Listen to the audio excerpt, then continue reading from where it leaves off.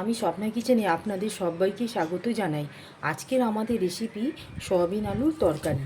আমরা এখানে সয়াবিন আলুর তরকারিটা সম্পূর্ণ একটু আলাদা ধরনের দেখাবো। তাই জন্য আমরা এখানে 1 প্যাকেট সয়াবিন এখানে নিয়েছি। সয়াবিনগুলোকে আমরা সেদ্ধ করে নিয়েছি সামান্য নুন দিয়ে। এবার আমরা এই সয়াবিন আলুর তরকারি তৈরি করার জন্য একটা মশলা তৈরি করব। সেই মশলাটা আপনাদের একবার দেখিয়ে নেব।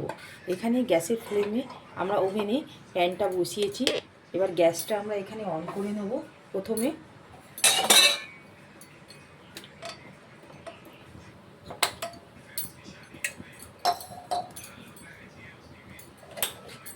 প্যানটা যতক্ষণ আমাদের গরম হচ্ছে ওভেনে, আমরা এখানে একটা পাউডার মশলা তৈরি করে নেব।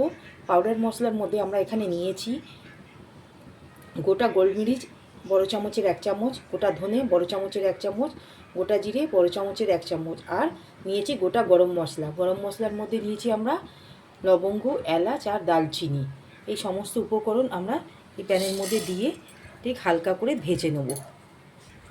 বন্ধুরা দেখুন, এখানে আমাদের মশলাটা ঠিক ভাজা হয়ে গেছে। আমরা একটা সাইডে এখানে রেখে দেবো। ঠান্ডা হয়ে গেলে আমরা এটাকে একটা পাউডার তৈরি করে নেব।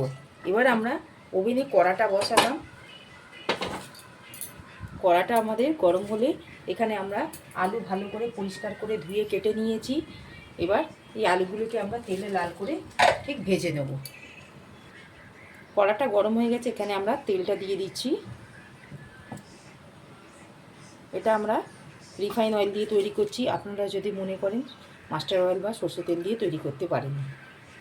তেলটা আমাদের এখানে ভালোভাবেই গরম হয়ে গেছে। এবার একে একে আলুগুলো আমরা ছেড়ে দেবো। এখানে আমরা আলুগুলো কড়ার মধ্যে গরম তেলে দিয়ে দেওয়ার পর হলুদ গুঁড়ো এখানে আমরা নিচ্ছি 1 চা চামচের মতো, আর লবণটা আমরা আন্দাজ করে দিয়ে দেবো। এখানে আমরা লবণটা নিয়েছি 1 চা চামচের মতো দিয়ে ভালো করে আমরা নুন হলুদের সাথে মিশিয়ে ঠিক লাল করে আমরা ভেজে নেব। দেখুন বন্ধুরা, এখানে আমাদের আলুগুলো ঠিক লাল করে ভাজা হয়ে গেছে। ঠিক আমরা এবার একটা পাত্রের মধ্যে তুলে নেব। আলুটা আমরা এখানে একটা পাত্রের মধ্যে ভেজে তুলে দিলাম। এবার এই তেলের মধ্যে আমরা এখানে পেঁয়াজ কুচি করে রেখেছি, সেটা আমরা ফোড়নে আমরা দিয়ে দেব।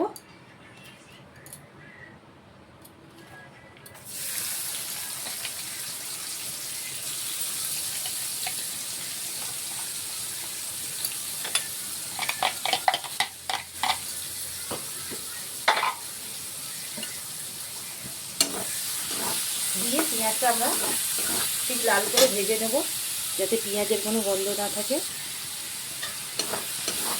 পেঁয়াজটা আমরা ঠিক ভেজে নিচ্ছি যাতে কোনো রকম পেঁয়াজের কাঁচা গন্ধটা না থাকে। এইভাবে আমরা 1 মিনিটের মতন পেঁয়াজটাকে লাল করে ভেজে নেব।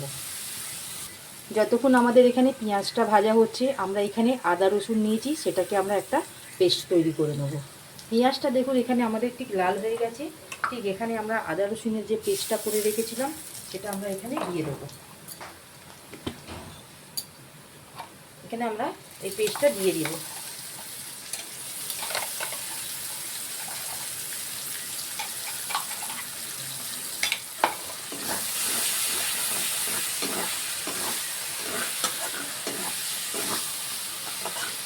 যাতে কাঁচা গন্ধটা না থাকে 1 থেকে 2 মিনিটের মতন আমরা কষিয়ে নেব। ঠিক মশলাটা কষানো হচ্ছে, ঠিক এই স্টেজে আমরা এখানে কিছুটা পাউডার মশলা মেলাবো। পাউডার মশলার মধ্যে হলুদ গুঁড়ো আর লঙ্কা গুঁড়ো।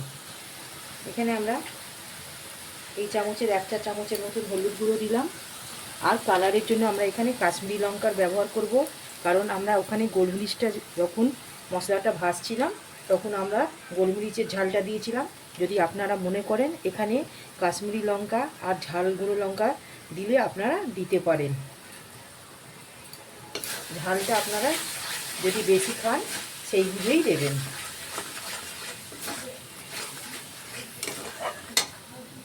এইভাবে মশলাটা আমরা কষিয়ে নেবো 1 থেকে 2 মিনিটের মতো।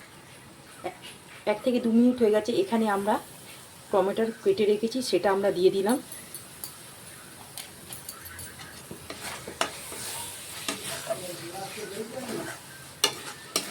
আর এই মশলার মধ্যে আমরা নুনটা দিয়ে দেবো আন্দাজ করে, যাতে টমেটোটা ভালোভাবে গুলে যায়। সেই জন্য আমরা এখানে নুনটা দিয়ে দিলাম এই চামচের 1 চা চামচের মতো। দিয়ে আমরা মশলাটাকে প্রায় ভালো করে কষিয়ে নেব। এখানে আমরা 3 চামচের মতন ফ্যাটানো দই নিয়েছি, সেটা আমরা দিয়ে দেব।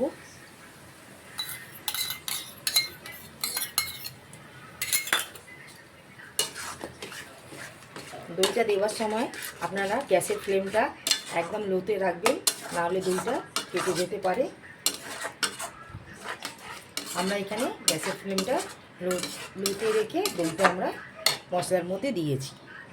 আমরা নুনটা দিয়েছি ঠিকই 1 চা চামচের মতন, চিনিটা দিলাম। নুন চিনির ব্যালেন্স থাকলে খেতে ভালো হয়, যদি আপনারা মনে করেন চিনি নাও দিতে পারেন।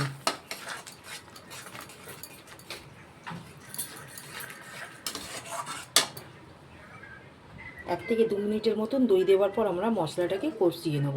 দেখুন ঠিক আমাদের মশলা থেকে তেলটা ছাড়ছে। আমরা এখানে সয়াবিনটা সেদ্ধ করে রেখেছিলাম, এবার আমরা ভালো করে নিংড়ে সয়াবিনগুলো আমরা দিয়ে দেবো।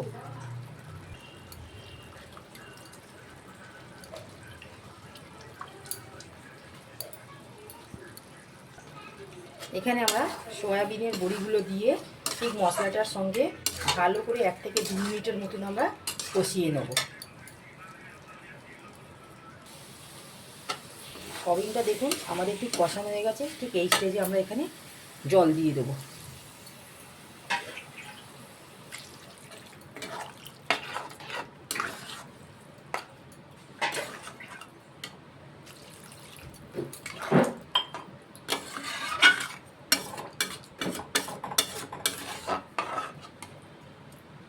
জলটা দিয়ে এখানে আমরা যে ভাজা মশলাটা তৈরি করে রেখেছিলাম সেটা আমরা দিয়ে দিলাম।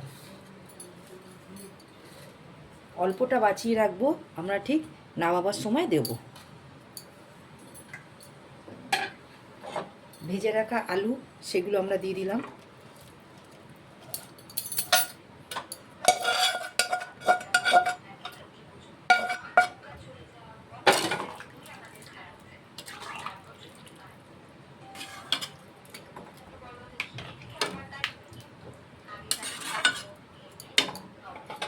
এবার আমরা একটা থালা দিয়ে, সয়াবিনটা সেদ্ধ হয়ে রয়েছে, আলুটা যাতে সেদ্ধ হয়ে যায় ভালোভাবে, সেই জন্য 2 থেকে 3 মিনিটের মতন মিডিয়াম ফ্লেমে ঢাকা দিয়ে দেবো।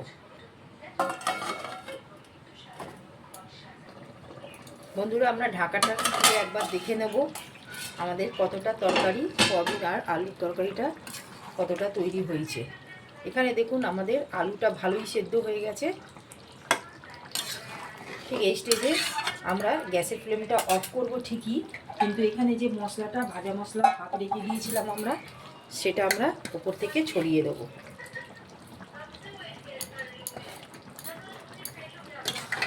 দিয়ে ভালো করে আমরা মিশিয়ে নিয়ে একটা পাত্রের মধ্যে আমরা ঢেলে নেব। বন্ধুরা দেখুন আমাদের এখানে সয়াবিন দিয়ে আলু একটা মোটামুটি তরকারিটা তৈরি হয়ে গেল। যদি আমাদের এই রেসিপিটি আপনাদের ভালো লাগে, আপনারা আমার এই চ্যানেলে লাইক, সাবস্ক্রাইব, শেয়ার করবেন, প্লিজ পাশে থাকবেন, কমেন্টে জানাবেন। একবার আপনারা এইভাবে তৈরি করে খেয়ে দেখবেন, সত্যি খেতে খুবই ভালো হয়। আজকের মতো আমরা এখানে এই ভিডিওটি সমাপ্ত করলাম। নেক্সট ভিডিওতে নতুন রেসিপি নিয়ে আসবো।